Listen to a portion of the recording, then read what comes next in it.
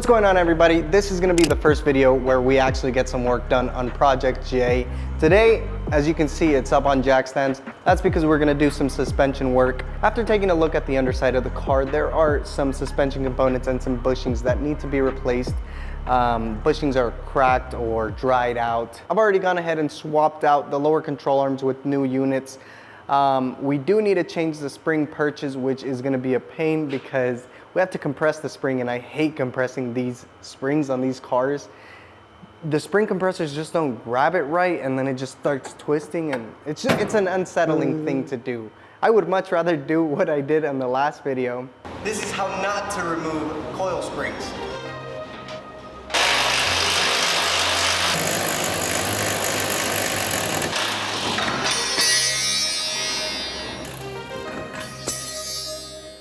But this is a customer's car, I'm not gonna do that.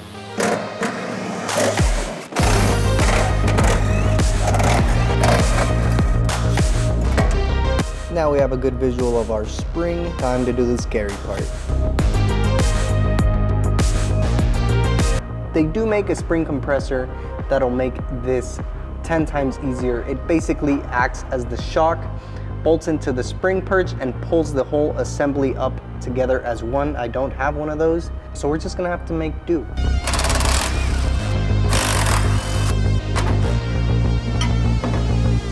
At this point, if we were just replacing the shocks, we just pop the other one in. But since we are replacing the spring perches, we gotta continue with that compression.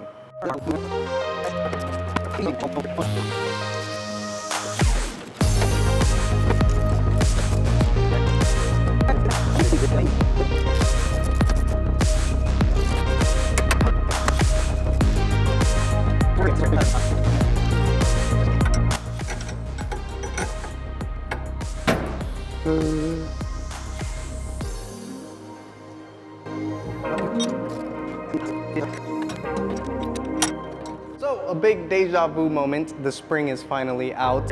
Finally, it's in. Took a lot of kicking and shoving. A whole lot of kicking and shoving, just like I did 3 years ago on the Little Red rebuild. But the spring is out. This is 100% my least favorite thing to do on these cars. I guess it's a good thing that number 3 is getting coilovers. Spring is out, now time to replace that little spring perch. Spring perch is now in, now time to put that SOB of a coil back in.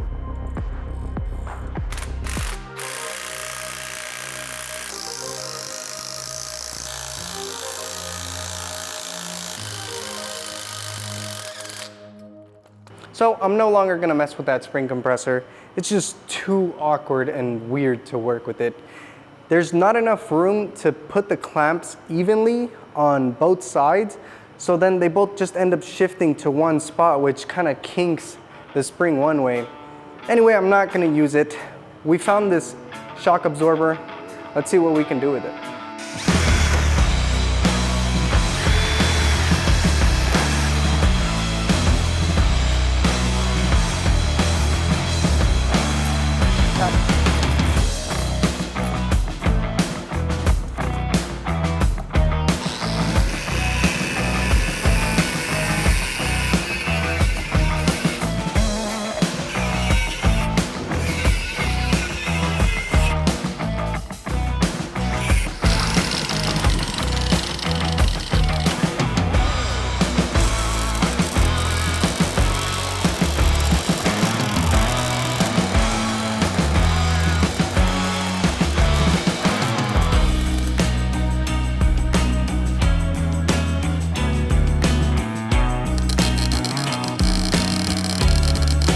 That's all welded up.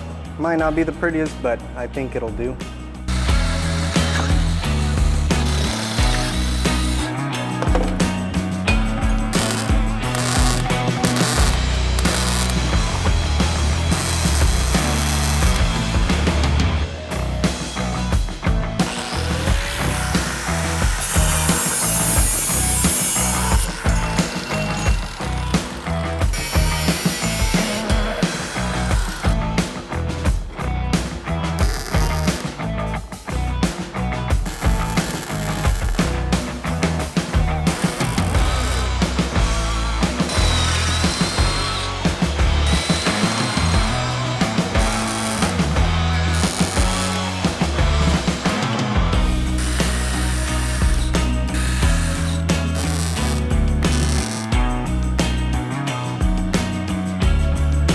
right, so we have the main assembly done.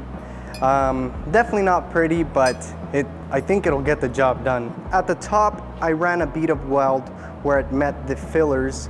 And then on top of that, I ran a couple plug welds, drilled a hole, and then welded it shut, just for extra safety on these bad boys.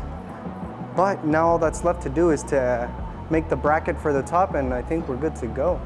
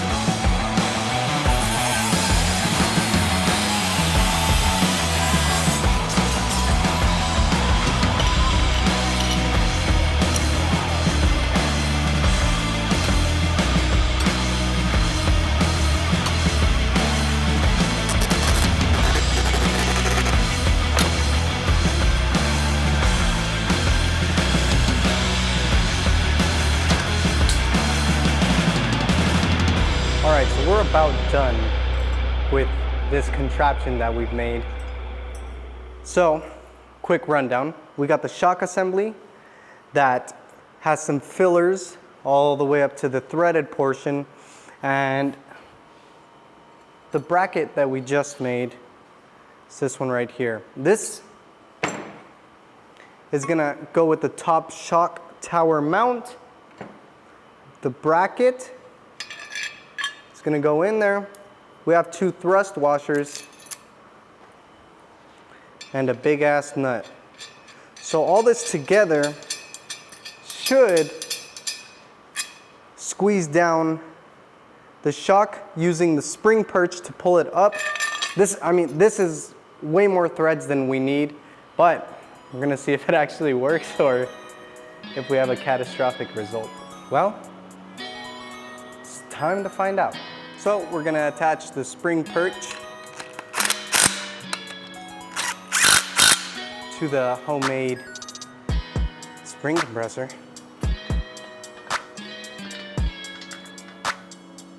Coil on the perch. I'd be lying if I said I was not nervous. This is gonna go up as high as we can get it. All right, so moment of truth. We'll go ahead and slip in our top bracket, as well as our thrust washers. We'll get our nut all the way down there.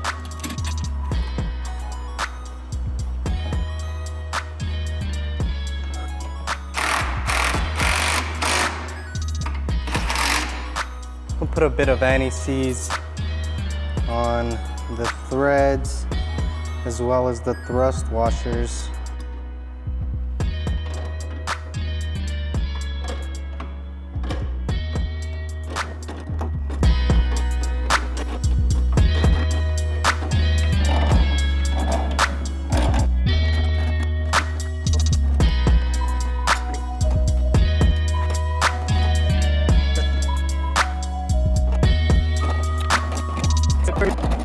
So the spring compressor worked beautifully. I'm so freaking happy about it. I just needed a second hand from my lovely wife. I just needed to guide the spring perch bolts into the control arm while she loosened it, but it worked so damn good. Like, I'm so happy. So just had a crazy realization. No.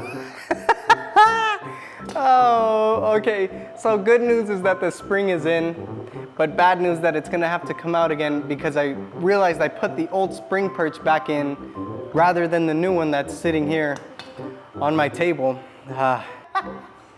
So all that has to be redone again. But the really, really good news is that it's gonna be 10 times easier now than with these stupid spring compressors right here. never again am I gonna have to struggle with these cars because of this spring compressor tool we just made. Yeah, I'm so happy that the spring compressor worked that I don't even care that I have to use it again. Anyway, you guys get the gist of how that spring compressor works. It basically acts as a shock that doesn't shock, it compresses. I'm shocked that I did that mistake. So just making the spring compressor took the better part of a day. It's already like 5 o'clock and I have to redo what I did. But anyway, I'm not even mad about it. I'm excited to use that spring compressor again. Never did I think I would be excited to remove springs out of one of these cars. Also, if any of you guys are into podcasts, I was lucky enough to be invited onto the Moonmen podcast. I'll put the link down in the description. We just had fun, had some conversations. So if you're interested, check it out. This video took a huge tangent. I did not expect it to go this way, but we made a spring compressor and it's working good. So I'm gonna end it off right here. Thank you guys for watching and I'll see you guys on the next one.